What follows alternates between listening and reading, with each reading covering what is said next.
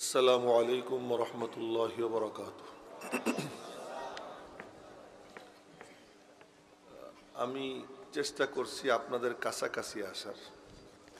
বেশি উঁচু মনে হইতেছিল, বেশি উপরে বসতে ভালো লাগে না, এটা আমার নিজের স্বভাব মেজাজ।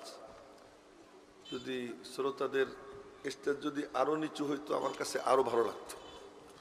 মনে হয় যেন মানুষের মাথার উপরে আমার পা, এটা আমার নিজের কাছে খারাপ লাগে। এজন্য যতটুকু সম্ভব শ্রোতাদের কাছাকাছি থাকার চেষ্টা করি।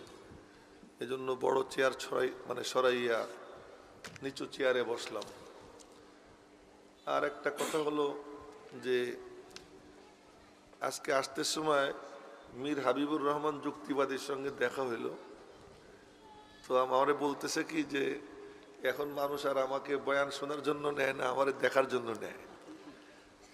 তা আমি মনে মনে বললাম আমার ব্যাপারেও যদি এমন হইতো ভালো হইতো।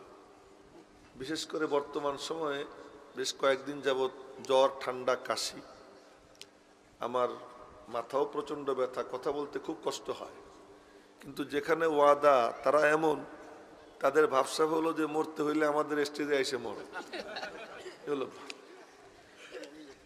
এই যে বলি যে একটু ছাড়েন, মাফ করেন, শুধু আইসে মুখ দেখাই যান। মুখ দেখানোই তো কষ্ট, বয়ান তো অত কষ্ট না, বসলে কথা কিছু হয়েই যায়।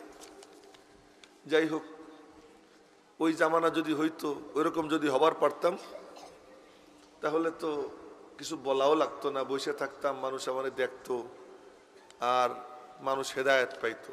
এরকম তো নিজেরে বানাবার পারি নেই। বনকে দিওয়ানা করেঙ্গে খলকে কো দিওয়ানা হাম, বনকে দিওয়ানা করেঙ্গে খলকে কো দিওয়ানা হাম, বরসরে মাহফিল সুনায়েঙ্গে ইশকো কে আফসানা হাম। এমন যদি হইতে পারতাম যে নিজেও পাগল, তা আমারে দেখেও মানুষ পাগল হইতো। নিজে পাগল হবার পারি নেই, এজন্য পাগল বানাইতেও পারি না। তাই কি করতে হয়? কথা বলতে হয়।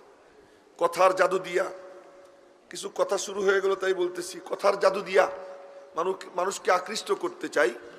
আর হাদিসে পাকে নবীজি বলেন, মান তাআল্লামা সরফাল কালাম লিয়াসবিয়া বিহি কুলুবার রিজাল ফালইয়াতাবাওয়া মাকআদাহু মিনান নার।